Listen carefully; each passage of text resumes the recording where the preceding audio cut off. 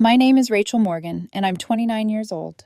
If you'd met me a few months ago, you probably would have described my life in one word: stable. I had a decent job, a small apartment that always smelled faintly like coffee and laundry detergent, and a boyfriend I thought I'd eventually marry.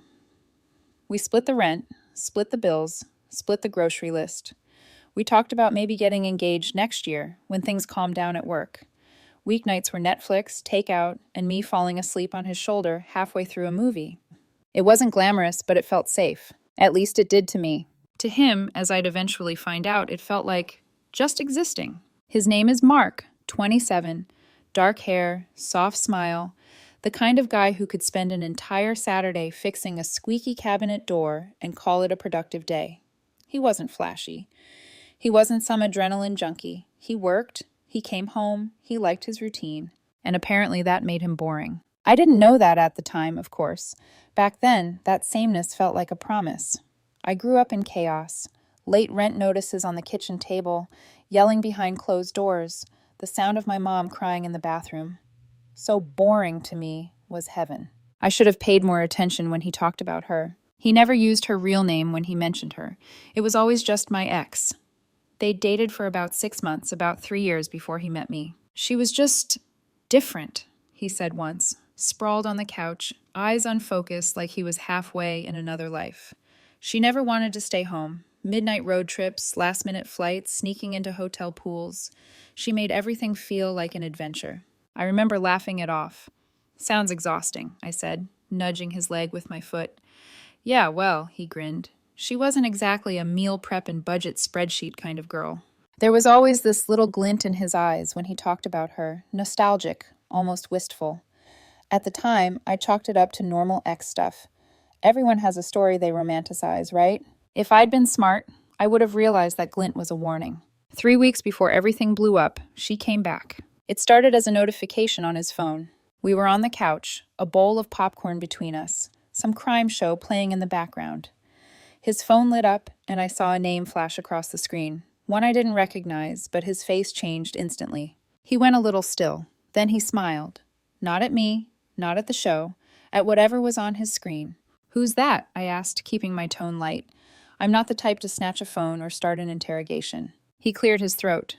Oh, it's my ex. She reached out on Instagram. Oh? I arched a brow. What does she want? She said she's back in town, just wanted to say hi. No big deal. No big deal. For the next week, his phone might as well have been surgically attached to his hand. He'd be half smiling at his screen, thumbs flying, the little reflection of blue light dancing in his eyes.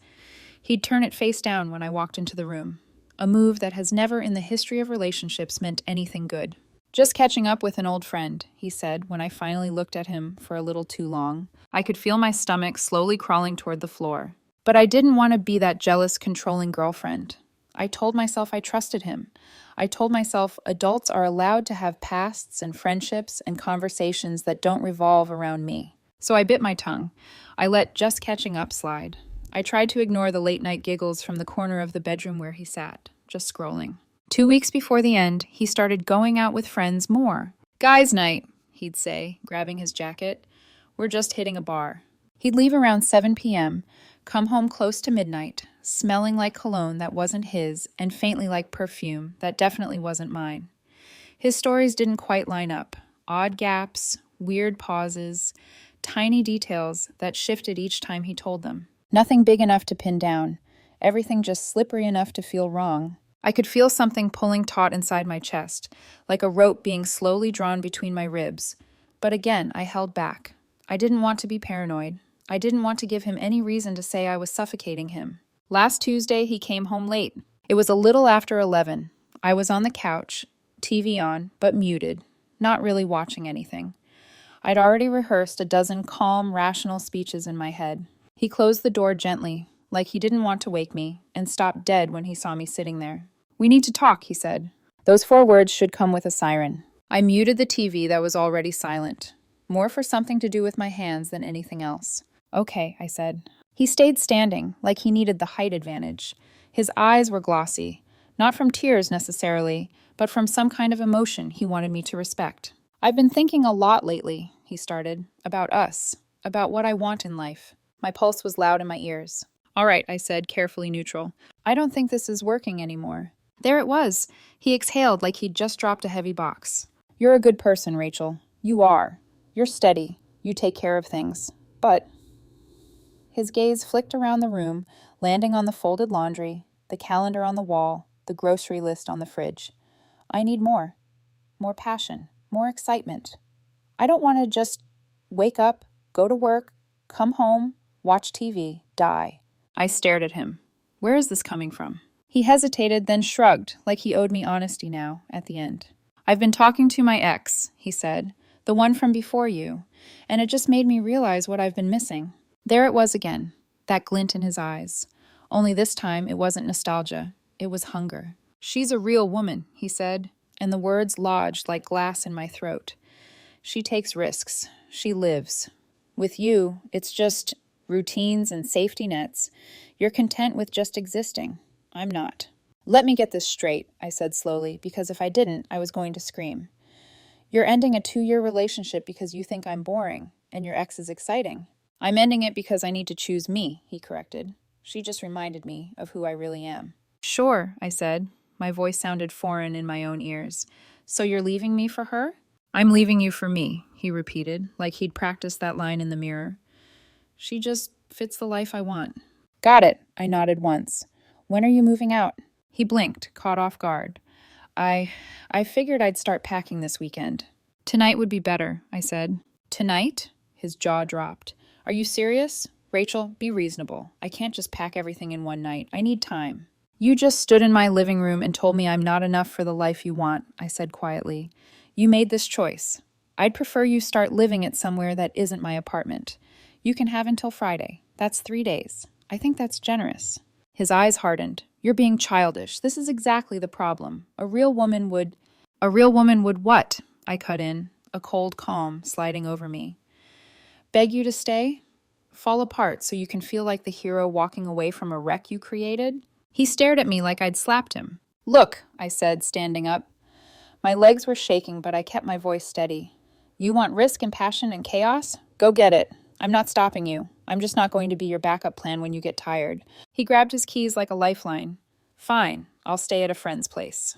Great, I said. I'll start boxing your things. He shoved past me, muttering something under his breath, and slammed the door hard enough to rattle the picture frames. The apartment was suddenly, violently quiet. I sat down slowly, hands in my lap, every nerve buzzing. 2 years. 2 years of shared holidays, stacked toothbrushes, joint Amazon orders, planning next year's vacation, all tossed aside because he wanted fireworks instead of porch lights. Here's the part he didn't know. I knew exactly who his ex was. I'd seen pictures, him with a blonde woman leaning into his side, eyes sharp and wild with mischief. I'd heard the stories. And about 6 months ago, when I was at the courthouse for jury duty, I'd seen her again.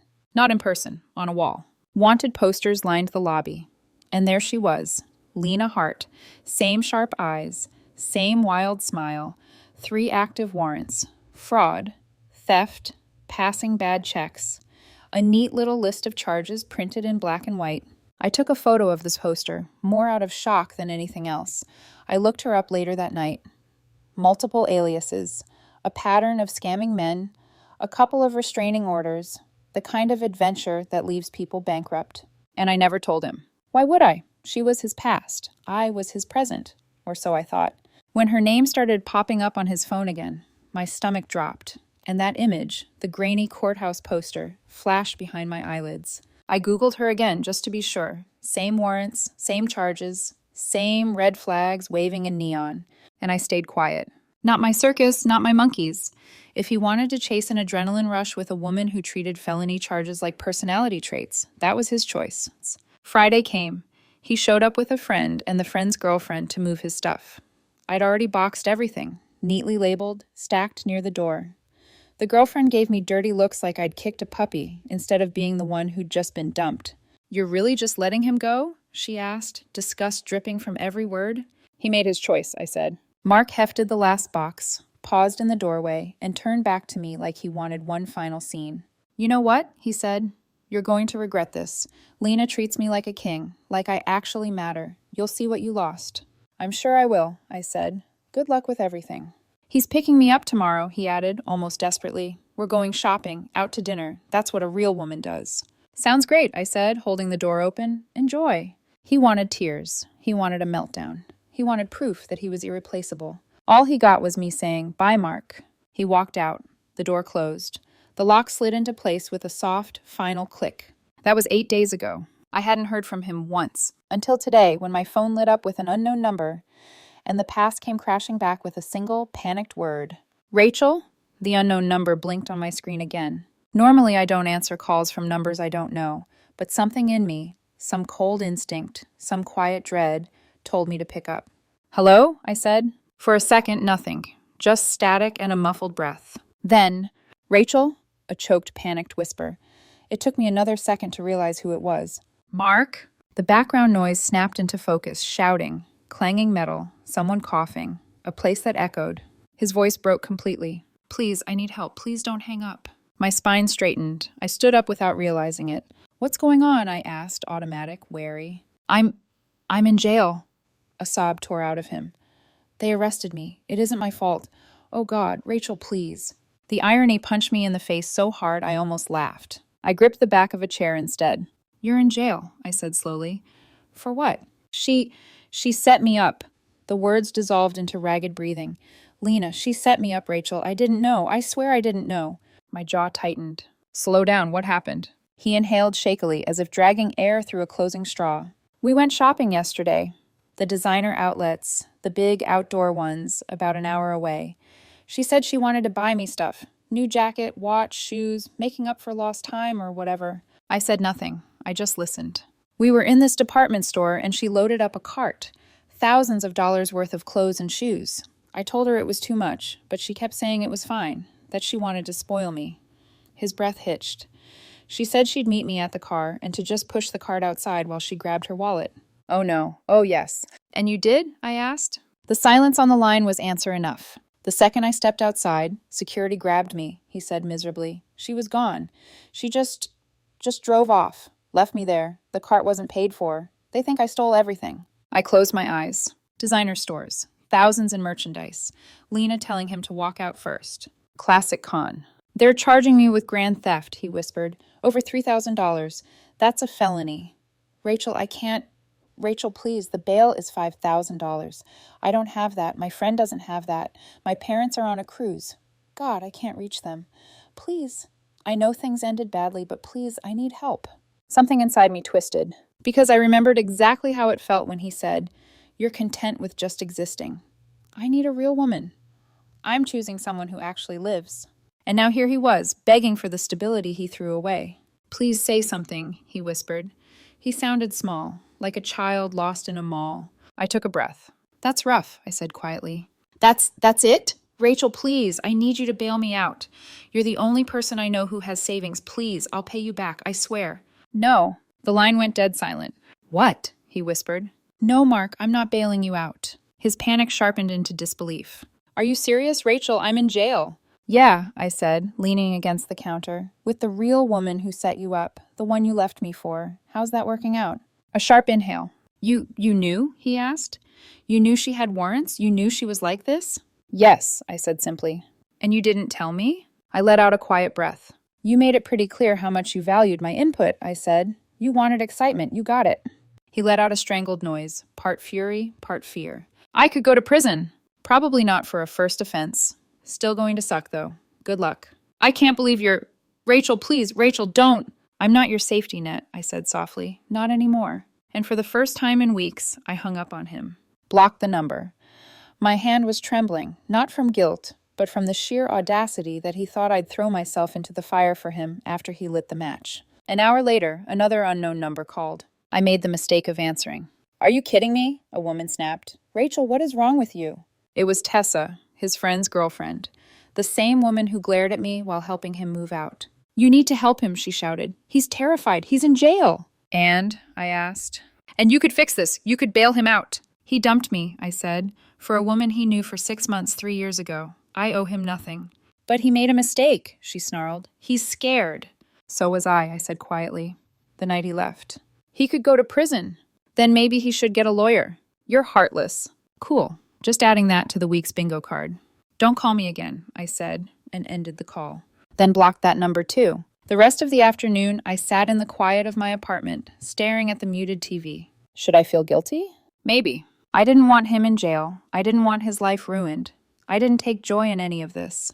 But I also didn't push that cart out of the store. I didn't choose a woman with warrants. I didn't gamble my freedom for the thrill of being exciting. He chose her. He chose adventure. He chose someone who made his heart race. And now his heartbeat echoed inside a steel cell, and he wanted me, the boring girl, the safe girl, to clean up the pieces. Not this time. For the first time since he left, I felt something unfamiliar spreading slowly through my chest. Relief. Not because he was suffering, but because for once, his chaos wasn't mine to carry. 3 days passed before I heard anything else. 3 quiet, strangely peaceful days where the only ringing in my apartment came from the microwave or my alarm clock, not frantic calls from jail. Then a voicemail slipped past my blocked call filter, his voice cracking, pleading. Rachel, please just talk to me. I need a character witness. The lawyer says, please. Delete. Then another voicemail, different tone, different number. You ruined my life. You think you're better than me? You're not. You're a cold, heartless... Delete. Then begging again. Then fury again. Then begging again. Like clockwork. I didn't listen to the rest. I deleted them all. But harassment has a way of evolving. On the 3rd day, right around lunchtime, the storm finally hit in person. I was in the break room at work, sitting with a yogurt cup and scrolling my phone, when the door burst open so hard it rebounded off the stopper. A woman marched in, long braided hair, sharp eyeliner, righteous fury radiating off her like heat. Tessa, Mark's self-appointed guardian angel. We need to talk, she snapped, loud enough that 3 co-workers looked up from their sandwiches. I didn't stand. I didn't flinch. I just set my spoon down and looked at her. No, I said, we really don't. She marched closer, jabbing a finger like she was about to conduct an exorcism. He's suffering because of you, Rachel. He's suffering because he trusted a con artist, I said calmly. You knew, she shouted. You knew she was dangerous and you didn't warn him. He wasn't my responsibility, I said. Not then, not now. Her eyes blazed. You are unbelievable. She could get 3 years. 3 years. And you won't even help him? Not even a letter? I leaned back in my chair, studying her. Tessa, I said quietly, he dumped me because I wasn't exciting enough. He told me he wanted a woman who takes risks and lives on the edge. I'm giving him exactly what he wanted. She opened her mouth, probably to call me something creative, but then my manager stepped into the doorway. Is there a problem here? Yes, Tessa snapped. Your employee is heartless and... No, my manager said, stepping between us. The problem is that you are trespassing. Security will escort you out. Tessa recoiled, sputtering insults as 2 guards appeared behind her. She was still yelling as they walked her down the hall, her voice fading like cheap drama in a hallway of fluorescent lighting. My manager turned to me. Do you want to explain? I gave her the shortest version possible. My ex left me. His new girlfriend scammed him. He wants me to fix it. She stared, blinked, slowly nodded. Right, I'll have security flag her. She won't be allowed in the building again. I nodded. Thanks. She exhaled. People are wild. She had no idea. Because nothing, none of the calls, none of the harassment compared to what came next. 2 days later, I got a piece of certified mail. Thick envelope, return address, a local law office I didn't recognize. My stomach tightened. I signed for it, closed my apartment door, and opened it carefully. The first line nearly made me drop the pages. Notice of civil claim. Filed by Mark Preston, my ex-boyfriend. He was suing me. For failure to warn him about his ex-girlfriend's known criminal activity, for malicious interference by withholding information, for emotional distress, reputational damage, and legal expenses, and demanding $15,000 in damages. I stared at the paper for a full minute, then sat down and laughed, so hard I had to wipe tears from my eyes. This man dumped me for a walking felony, ignored every obvious red flag, let her coax him into pushing a stolen cart out of a store, got arrested, begged me to rescue him, and now believed I was legally responsible for not telling him his new girlfriend was a criminal. It was insanity, pure entitled insanity. I scheduled a consultation with a real attorney the next morning. 30 minutes in, the lawyer, a middle-aged man with silver hair and a coffee mug that said I've heard worse, leaned back in his chair and started laughing too. "This is the dumbest lawsuit I've seen in months," he said, wiping his glasses.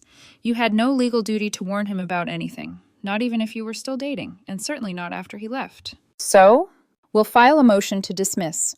Judge will toss this immediately. Might even sanction his lawyer for wasting the court's time." "How much will this cost me?" "About $500 total." I nodded. "Do it." He grinned. "With pleasure. Some people need to learn the hard way." But the universe wasn't done yet. Because that same afternoon, while I was folding laundry, I got a message.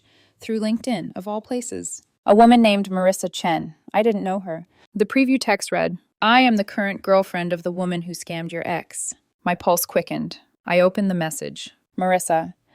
Hey, I saw your ex-boyfriend is dealing with legal trouble. I thought you should know. He's not the first. She did the same thing to me last year. Same scam, same store, same take the cart, I'll finish paying routine. There are at least 4 of us. We have a group chat." A group chat. A whole collection of men she had conned with the exact same trick. If your ex tries to blame you for any of this, just know he's not a victim. He ignored every warning sign. If you need testimony for anything, we're all willing to help. I forwarded the message to my lawyer instantly. He responded in 5 minutes. "Oh, this is beautiful." He explained that if Mark wanted to drag me into court, this evidence would obliterate his claims. His lawsuit depended on portraying himself as an innocent victim who couldn't possibly have known. But if we showed that Lena had done this 4 times before, in identical circumstances, his case would crumble into dust. I stared at my phone long after the conversation ended, feeling a strange mix of vindication and disbelief. I didn't destroy Mark's life. I didn't trap him. I didn't manipulate him. I didn't drag him into love with a criminal. I simply refused to save him from his own choices. And now? He was about to learn what consequences actually looked like. 3 weeks later, I found myself sitting in a stiff wooden bench in a courtroom that smelled like old carpet and burnt coffee. The room buzzed with whispered conversations, shifting bodies, and the muted stomp of bailiffs' boots. Mark sat 2 rows ahead of me, shoulders hunched, suit too big, hair unwashed. He kept glancing over his shoulder like he expected me to suddenly forgive him and walk to his side. I didn't. I sat perfectly still, hands folded, letting the silence between us say everything. My motion to dismiss was first on the docket. His attorney, a man who looked like he'd printed his law degree off the internet, tried to speak, but the judge raised a hand before he got 3 words out. "Counsel," the judge said, monotone and unimpressed. "There is no legal duty to warn an ex-partner about a third party's criminal history. This case is dismissed with prejudice." With prejudice, meaning permanently, meaning he could never file it again. Mark's jaw dropped open. His lawyer stared at the stack of papers like they had personally betrayed him. My attorney leaned toward me and whispered, "Told you." But it got better. "Regarding attorney fees," my lawyer added, standing. "We request compensation for the financial burden placed on my client by this frivolous lawsuit." The judge barely glanced up. "Approved. Defendant is awarded $200. Just like that. Mark now owed me money. Real, court-ordered money. The hearing ended in minutes. People began filing out, coat sleeves brushing against rows of benches. I stood, smoothing my jacket, ready to leave this chapter behind. That's when I saw him. Mark was waiting just outside the courthouse doors, shifting nervously, rubbing the back of his neck like he always did when he was about to ask for something. His friend Tessa stood beside him, arms crossed, expression venomous. The second I stepped outside, he moved toward me. "Rachel, please, can we talk, please?" "No." "I'm sorry," he burst out. "I was desperate. My lawyer said I had a case. He told me—" "Your lawyer was wrong," I said calmly, walking past him. "And now you owe me $200. His face drained of color. I don't have that," he whispered. "Not my problem," I said. "You'll hear from my attorney about repayment." Tessa jumped in like an attack dog. "You're unbelievable," she snarled. "He's going through hell and you're making it worse. Do you even care?" I finally turned to face her. "He dumped me. He humiliated me. He chose a con artist over me and then expected me to save him from her consequences. I don't owe him anything." She sputtered, hands shaking. "You're a monster." "Maybe," I said, "but I'm a monster with no felony charges." I walked away. Behind me, I heard Mark start to cry. But the courtroom drama was only the first explosion. The criminal trial against Lena began the following week. Mark testified, hands trembling, voice cracking, as he tried to paint himself as a clueless victim. His lawyer argued that Lena manipulated him, that he had no reason to know the merchandise wasn't paid for. But the prosecution was ready. They brought in surveillance footage, crystal clear video showing the exact moment Lena told him to walk out with the cart. Then they brought in Marissa, the woman from the group chat, to testify about the identical scam she'd been pulled into. Same store, same tactic, same meet me at the car line. The jury deliberated for 90 minutes. Guilty. Felony theft. Minimum probation. Maximum 18 months in custody, plus $3,500 restitution and court costs. When the verdict was read, Mark's head dropped like someone had cut the strings. The next day, I picked up the phone without checking the number. Big mistake. It was Tessa, again. Her voice was thick with rage. I hope you're happy. She's ruined, and he's broken. You could have stopped this. No, I said evenly. I couldn't. You should have warned him. He wouldn't have listened. He told me himself he didn't want my boring input. He loved you. He loved the idea of me, I corrected. He loved that I made his life easy. He didn't love me enough to stay. Silence crackled on the other end. What's he supposed to do now? She finally whispered. He can't get a job with all this. He's lost everything. I exhaled slowly. Then maybe, I said, he shouldn't have thrown away stability for chaos. And maybe he shouldn't have tried to drag me into court to fix his mistakes. You're evil. No, I said, I'm done. I hung up and blocked the number for the last time. Life didn't suddenly transform into a fairy tale after all of this, but it did get quiet, mercifully quiet. I started going to a weekly game night with friends. That's where I met Evan, soft-spoken, glasses a little crooked, the kind of man who laughs at his own terrible jokes before anyone else does. He wasn't flashy. He wasn't chaotic. He wasn't the type to make midnight road trip decisions. He was steady, kind, warm. And for the first time in a long time, I realized I wasn't afraid of boring. In fact, boring felt like oxygen. My lease is up in 2 months. I'm planning to move. Fresh place, fresh walls, fresh start. This apartment holds too many echoes. Mark is still paying off the $1,200 he owes me. Wage garnishment, $100 a month. Predictable, ironic, almost poetic. As for Lena, she's awaiting sentencing. Restitution, community service, a felony record that will follow her for years. Consequences she crafted with her own hands. Last I heard, prosecutors across 3 states are building a multi-case file against her. If they ever catch her, she might actually testify against her own accomplice, the real con artist she dated after Mark. But that's her story, not mine. Sometimes people message me and ask if I regret not warning him. If I feel guilty, if I feel cold. Here's the truth. No, I don't regret it. When someone shows you who they are, who they truly choose, what they truly value, you have to believe them. Mark wanted passion in chaos and risk. He wanted a woman who lived on the edge. He wanted a life that made his heart race. He got it, and I finally understood something. Consequences don't care about intentions. They only care about actions. He acted, he chose, he lived with it. And so did I. Difference is, I can sleep at night.